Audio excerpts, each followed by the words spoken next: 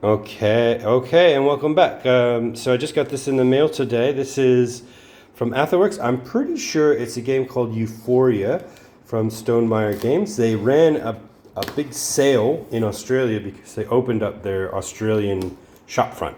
So I've had my eye on this game for a while because I like Stonemaier Games for one, and I wanted to check it out. And it was like 20% off. I was like, okay, I'll do it. Done. Deal. You win. If I can open this. Shoop. All right, so let's open this up and have a look and see. Oh God, peanuts. All right, so I think this one was packaged by Atherworks.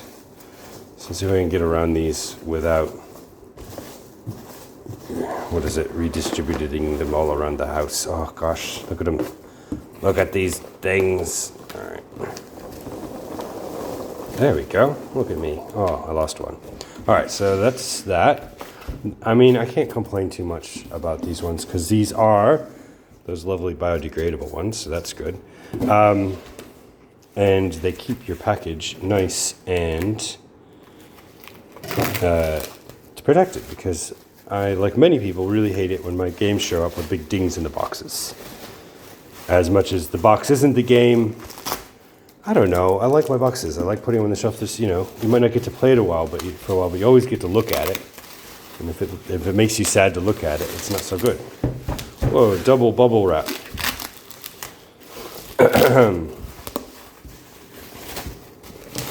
All right, here it is. Euphoria. Build a better dystopia. So this game I thought was really funny. 2 to 6 players, 13 plus, 60 minutes. Winner of the Mensa Select. So that's interesting. I didn't know Mensa did awards. Game trays inside. All right, so it's got a...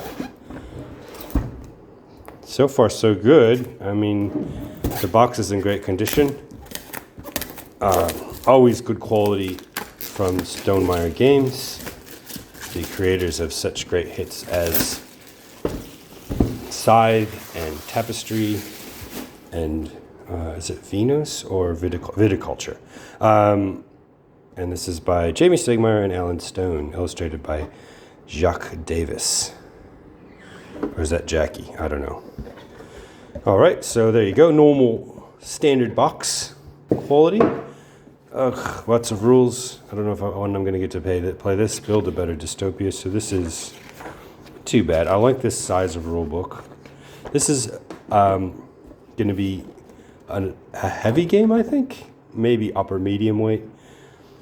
And it's got lots of punch boards. I just love this idea of the game. So I think the idea of the game is you're trying to build a kind of a better dystopian society, and you've got to maintain the illusion for your workers that they're not living in a dystopia. So, the smarter they are, the better they work, but also the smarter they are, the more likely they are to figure out that life is not as good as it could be.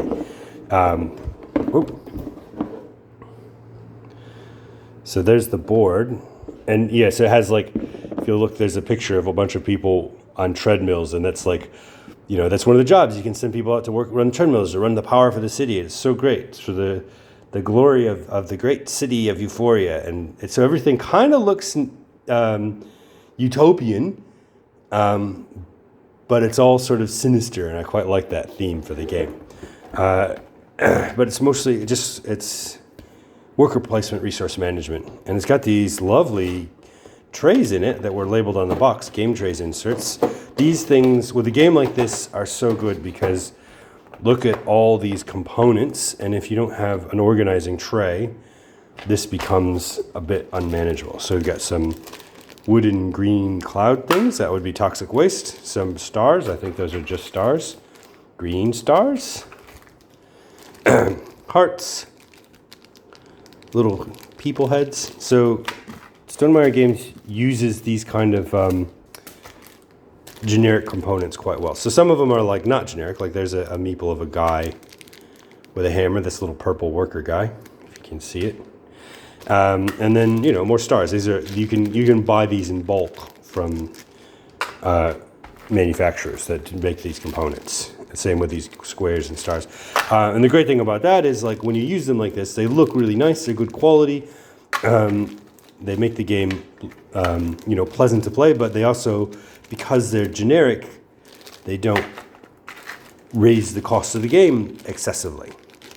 Lightning bolts, because every custom component costs extra. Oh, gold bars, more stars. What are these, pumpkins? They look like oranges or apples or something. And then a whole lot of dice. Those look nice. I like dice. Very cool. And 2 big decks of cards. What's that say? Amanda the Broker. When your worker is bumped by any player, you may pay toxic waste to select the worker's knowledge instead of rolling it. Okay. So it might be a while before I get a chance to play this game because it looks like I'm going to have to spend a little time with the old rule book. This is hard to open. But I'll definitely be playing this one and doing a review in the not so distant future. I have a few things in the queue that I'd really like to spend some time with. But I couldn't pass up. Oh, look, books. So I guess that represents knowledge. Broken glasses. Look at all these funny little artifacts. Teddy bear. Like remnants of the world that was. Read a book. Burn a book. What are your choices? I don't know. I find this kind of theme so funny. Just like something very serious, like a fascist dystopia, but sort of make it the whimsicalness of it. Like it's like, oh, you can choose to either read a book or burn a book, depending on what direction you want your society to go in.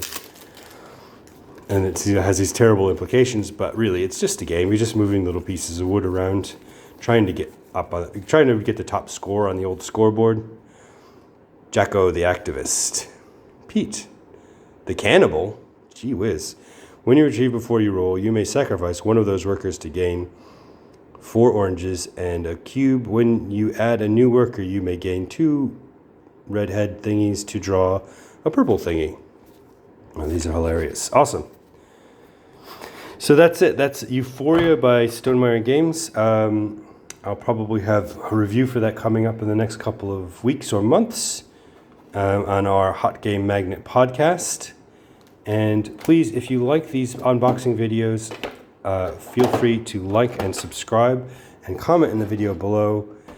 And you can find us at Hot Game Magnet on Facebook and Twitter.